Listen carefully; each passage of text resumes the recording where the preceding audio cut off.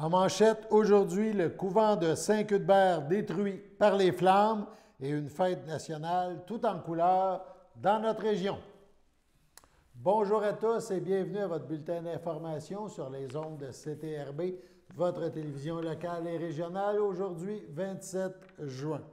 On débute par une mauvaise nouvelle, si on peut dire, parce que le couvent, ou l'ancien couvent de Saint-Cuthbert, a été détruit totalement par les flammes aujourd'hui. Ça s'est déroulé ce matin, donc, à Saint-Cuthbert, dans le village. L'ancien couvent des Sœurs Sainte-Anne a été la proie des flammes. Le service sécurité incendie de la MRC de Dautré a été appelé pour maîtriser les flammes. Une possible problématique là, avec l'eau, il fallait voyager de l'eau a aussi été constatée. Il a fallu donc aux pompiers de travailler fort pour venir à bout, mais l'incendie a tout détruit au final. Les chances de préserver ce qui reste ou ce qui restait à un moment donné de l'immeuble se sont aussi envolées en fumée parce que l'évaluation de la solidité de la façade a été mise en doute par les sapeurs-pompiers. Il fut alors décidé de tout raser, de faire s'écrouler cette façade et rien n'a été sauvé. Ce bâtiment religieux de Lanaudière avait été cité en septembre dernier en vertu de la loi sur le patrimoine culturel afin d'en assurer sa conservation. La municipalité de Saint-Cuthbert avait reconnu le caractère exceptionnel de ce bâtiment de 1882. Un agrandissement subséquent datait pour cette bâtisse de 1910. L'ensemble avait été conservé dans ses caractéristiques originales. On parle d'un toit en tôle canadienne, on parle de vastes galeries surmontées d'un balcon, d'un clocher surmonté d'une horloge, de lucarnes circulaires, etc. Cet édifice a été dessiné par l'architecte réputé Victor Bourgeot. L'édifice était de style Second Empire, comme cela était souvent le cas pour ce type de bâtiment. À Montréal, on doit à Bourgault l'église Saint-Pierre-Apôtre et l'intérieur de la somptueuse basilique Notre-Dame. C'est aussi lui qui a réalisé la cathédrale de Trois-Rivières. La communauté religieuse des Sœurs de Sainte-Anne, qui longtemps occupa ce bâtiment à Saint-Cuthbert, avait, quant à elle, pour mission l'éducation des filles et des garçons des campagnes qui étaient conduits jusqu'à elle, donc au village. CTRB s'est rendu sur place aujourd'hui pour constater la perte de cet édifice important dans l'histoire de la municipalité de Saint-Cuthbert. Voici une entrevue que nous a accordée Richard Bellumeur, le maire de Saint-Cuthbert, qui ne peut que constater les dégâts.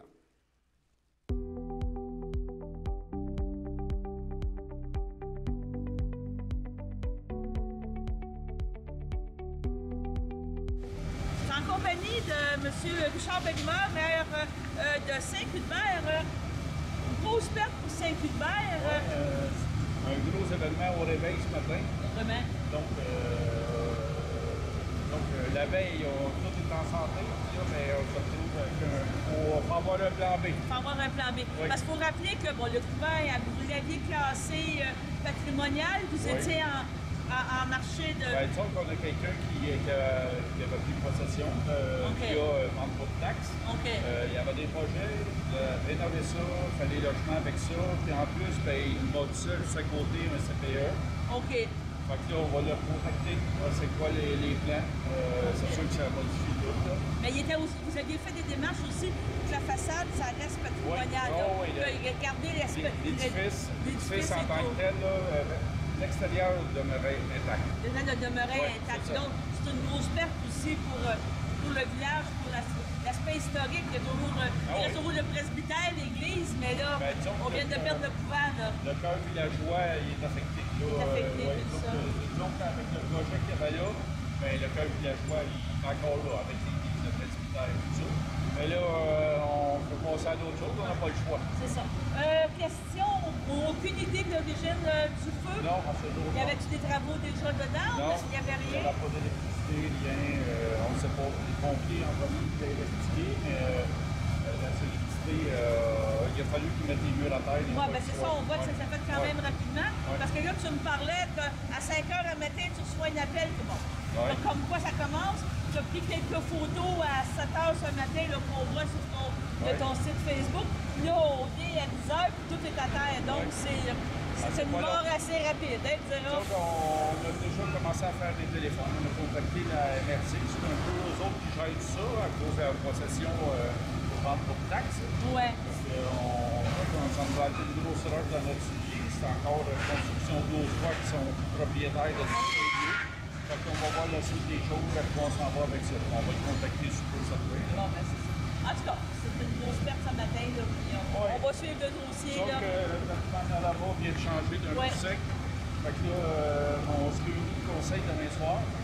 Ça va être sûrement un gros c'est ça. Et sécuriser aussi les lieux, là, comme que je comprends, là, pour éviter qu'il y ait des choses qui sont en train de vider le complet. Ça va de soi. Là, on va contacter soit l'eau d'assurance, l'assurance du propriétaire, du terrain de la bâtisse, de l'ex-bâtisse.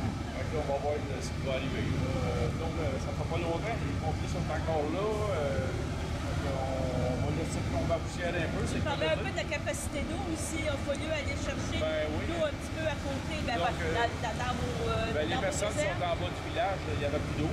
En haut du village, c'était pas pire. Mais il fallait que les pompiers aillent pomper sur la rue Moulin-du-Saint, à la Pierre. Puis il y allait à 2 camions. Puis, ça finissait pas. Ils ont fait l'effort pour le sauver, mais malheureusement. Ah non, quand ils sont arrivés, c'était quasiment pris à grandeur. OK. Oui, c'était quasiment pris. Tout ce qu'on voulait relever, c'est la maison à côté. C'était le plan d'attaque, comme on dit, comme ils m'ont dit, c'était pour préserver la maison. La maison est correcte. La maison est correcte. Ouais, donc, il n'y a pas eu d'évacuation. Non. Bon, bien, comme tu dis, c'est un dossier à suivre, on reviendra. Oui, c'est ça. À suivre. Merci beaucoup. On passe de Saint-Cuthbert à Lanoret. On parle maintenant de la fête nationale. Le 24 juin a en effet été fêté de très belle façon dans la MRC de Dautré. Nous retenons Lanoret, entre autres, qui a débuté les festivités par une messe sur le parvis de l'église. Par la suite, la population était invitée à un marché, le marché Les Péchés Mignons, où on débute ce marché-là, donc débute ce 24 juin. Plusieurs kiosques offrent des produits du terroir. Le marché sera de retour pour les dates suivantes, le 17 juillet, le 14 août et le 11 septembre prochain. On regarde un extrait de cet événement à Lanoret.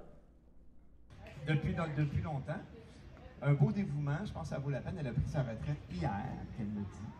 Hein? Donc c'est tout frais. Fait que vous pourrez aller lui faire une accolade chaleureuse dans les prochaines minutes. D'ici là, moi, je tiens à vous souhaiter une merveilleuse fête nationale. Profitez bien de chaque heure, chaque instant pour célébrer notre fierté. Soyons fiers de notre passé et soyons aussi confiants en notre avenir, suffisamment confiants pour le prendre en main nous-mêmes. Et ça peut arriver plus vite qu'on pense. N'oubliez pas ça. Politique, tout est possible. Monsieur le curé, mes hommages, les bénévoles qui organisent ça, bravo. Et on va aller faire le salut au drapeau. Merci. Tantôt, quand j'ai répondu au téléphone, mes plus plates excuses, monsieur le curé, c'était dans ma mission. C'est un citoyen qui on avait un petit problème d'organisation qu'on a réglé rapidement. Et concernant les maringouins, vous dire que chez nous, non seulement nous avons la quantité, mais nous avons la qualité. Écoutez, c'est vraiment, comme on dit en bon québécois, c'est fou raide. Mais bon, ça fait partie de la nature et on a une belle nature au Québec. On a des paysages fantastiques et nous, on a la chance de vivre justement au cœur même des tourbières de Lanoret et c'est fantastique. Bonne fête nationale tout le monde et amusez-vous bien. Merci! Dans la paix et la joie, Saint Jean-Baptiste en allant sourire et faire rire toute personne que vous rencontrerez aujourd'hui sur votre chemin. Allez dans la paix de Christ. Nous rendons grâce à Dieu.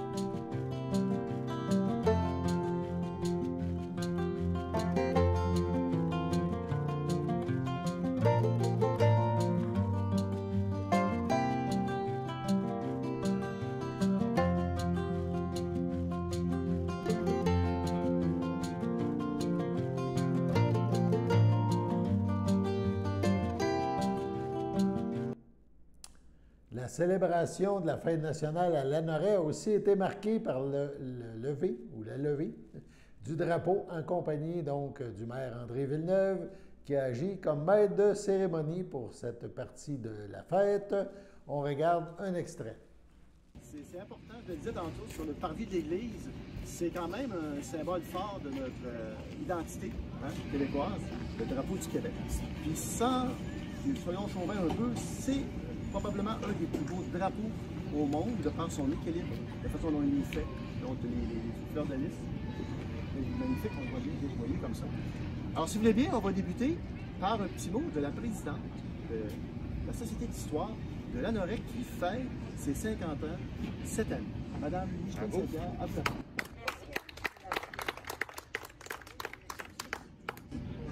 Oui, avec le drapeau, oui.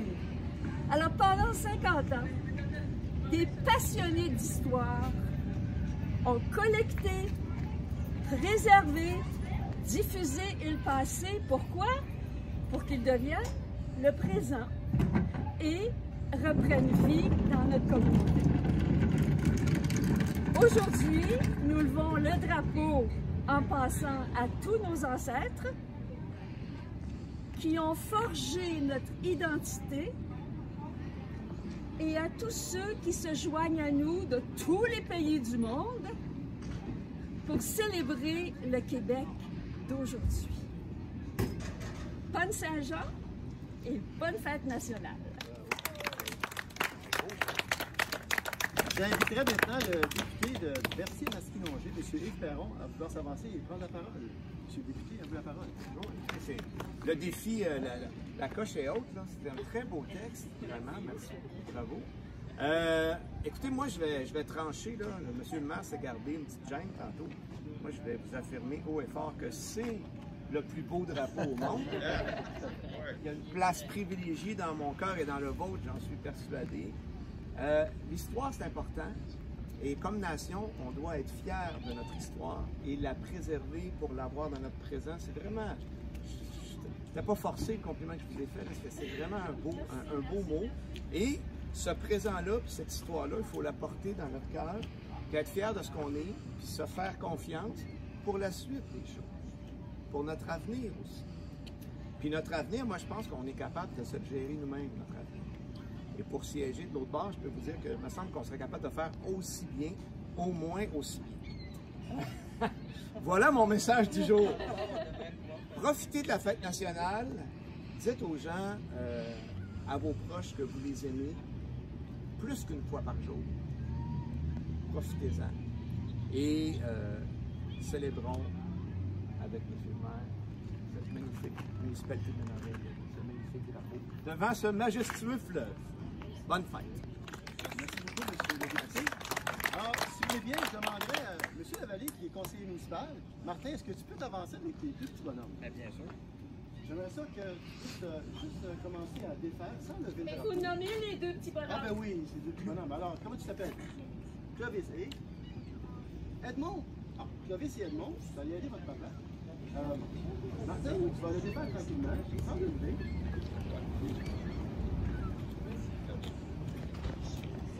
Et on va demander à Clovis et à Edmond de lever le drapeau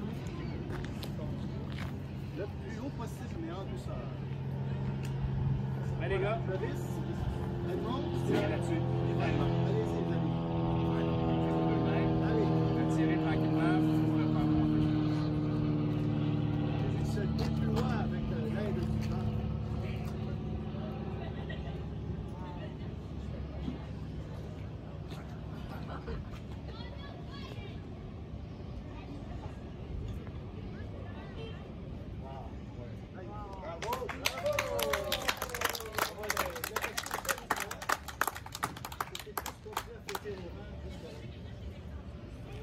Jusqu'à l'an prochain.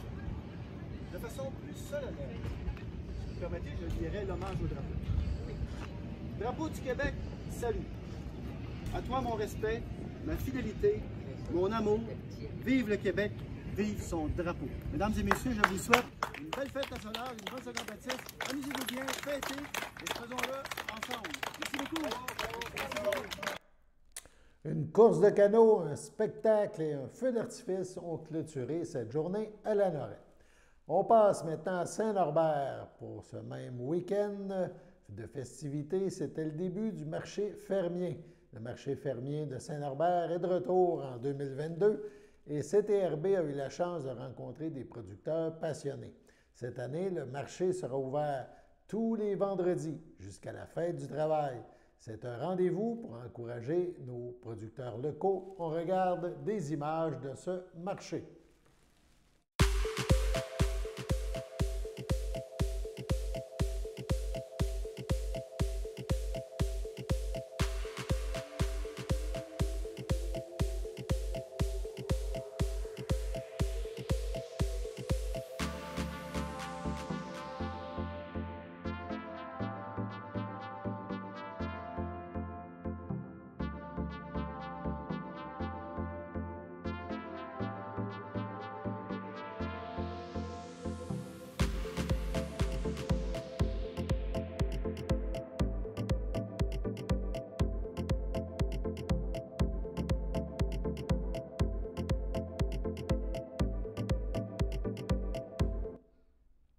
Allons à la pause. Chers téléspectateurs, vous êtes cordialement invités le samedi matin dès 9h30 à notre bingo télédiffusé de nos studios de Berthierville. Depuis plusieurs années, nos adeptes de la télévision régionale se sont divisés un montant de 600 $, disponible chaque semaine lors de notre joute de bingo à CTRB. Un amical animateur et ses joyeux compères, dont un technicien et deux bénévoles, partagent tour à tour cette émission dans le but de vous agrémenter durant 60 minutes. Un moment de plaisir qui pourrait s'avérer payant pour vous. Vous pouvez donc vous procurer les cartes de jeu chez les dépositaires participants et j'ai nommé à Berthierville, le dépanneur Formule 1 et le garage Pétroté, sur la rue Gilles Villeneuve, le marché IGA Extra sur la rue Gabrielle Brissette, le marché Métro sur la rue Notre-Dame et la pharmacie Proxime sur la rue Frontenac. À Saint-Ignace-de-Loyola, le dépanneur Esso sur la rue de la Traverse et le marché Aldo sur le rang Saint-Michel. C'est donc un rendez-vous hebdomadaire chaque samedi matin dès 9h30 sur les ondes de CTRB, votre télévision régionale et communautaire, maintenant en haute définition. On vous attend donc en grand nombre et toute l'équipe vous souhaite bonne chance.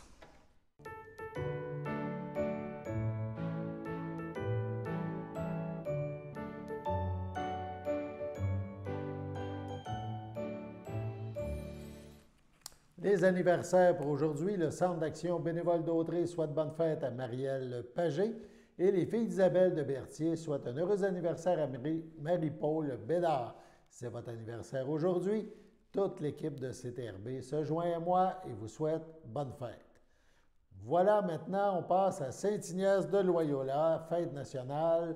On continue donc avec ces festivités. La célèbre giblotte de la famille Guertin était à l'honneur et une fois de plus, elle a attiré des clients de toute la municipalité. Il y avait aussi présentation de dessins d'enfants en lien avec le thème de cette année, les Maudits. On regarde dans un premier temps un extrait de cette journée.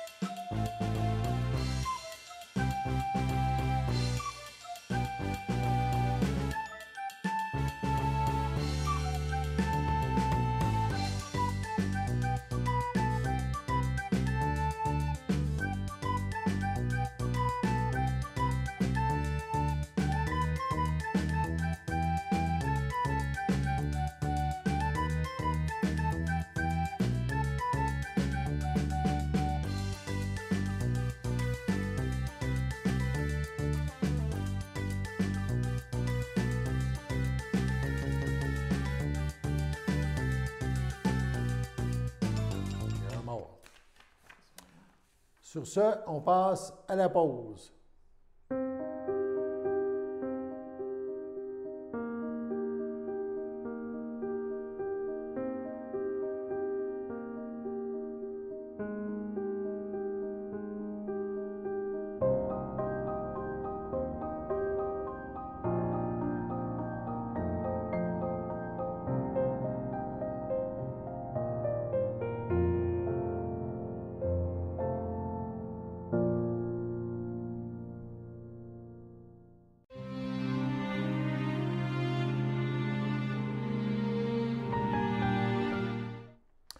Au CHSLD Sylvie-L'Espérance, le 19 juin, à l'aube de ses 96 ans, est décédée Mme Rolande Rousseau, épouse de feu Paul-Étienne Destrempes de Saint-Cuthbert.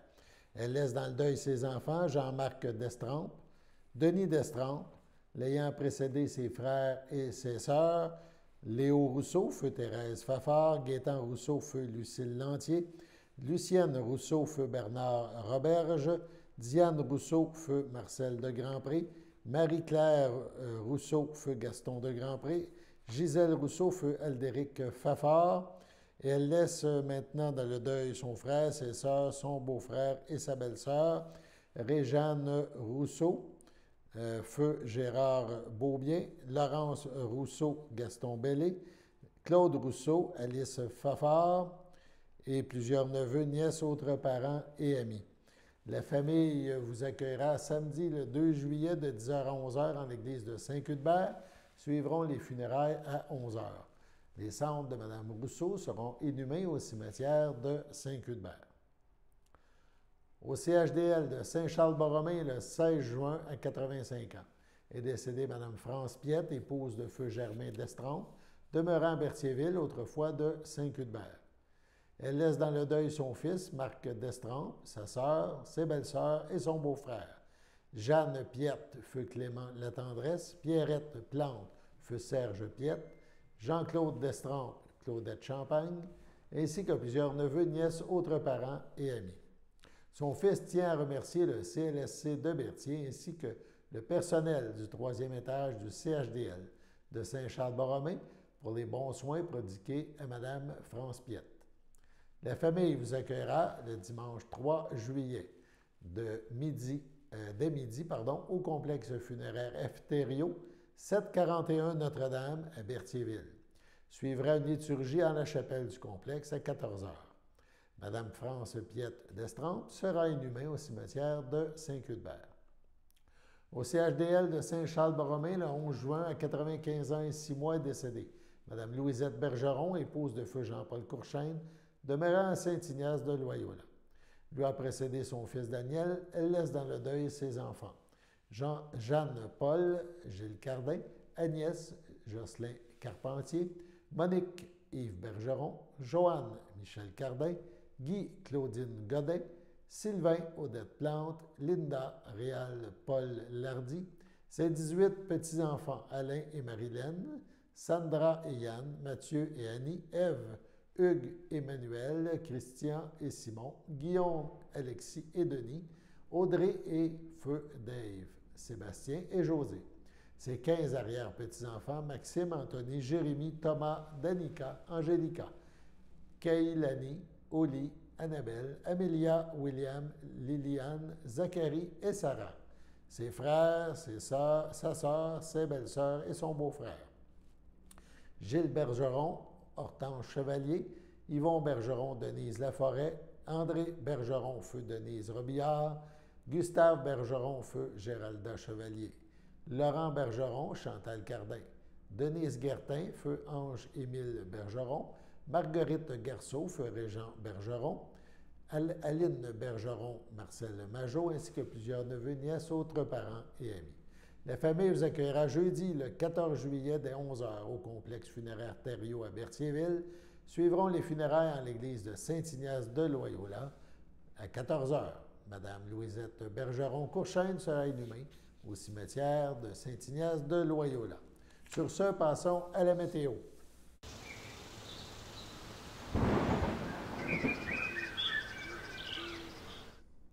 On a du beau temps en perspective. Cet après-midi, c'était ensoleillé, passage nuageux. Il faisait 25. C'était très, très bien.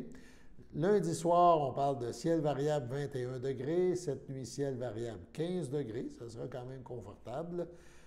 Mardi matin, ensoleillé, quelques passages nuageux, 17 degrés au lever. En après-midi, généralement ensoleillé, 24 degrés, ressenti 26. Et mardi, en soirée, plein soleil, 23 degrés, ressenti 25. Donc, des belles heures ensoleillées en perspective nous attendent. Voilà, c'était votre bulletin d'information, Alain Bellemare aux Pépites, qui vous invite à être des nôtres demain pour la prochaine édition de cette émission qui vous renseigne sur votre région. Merci et à demain.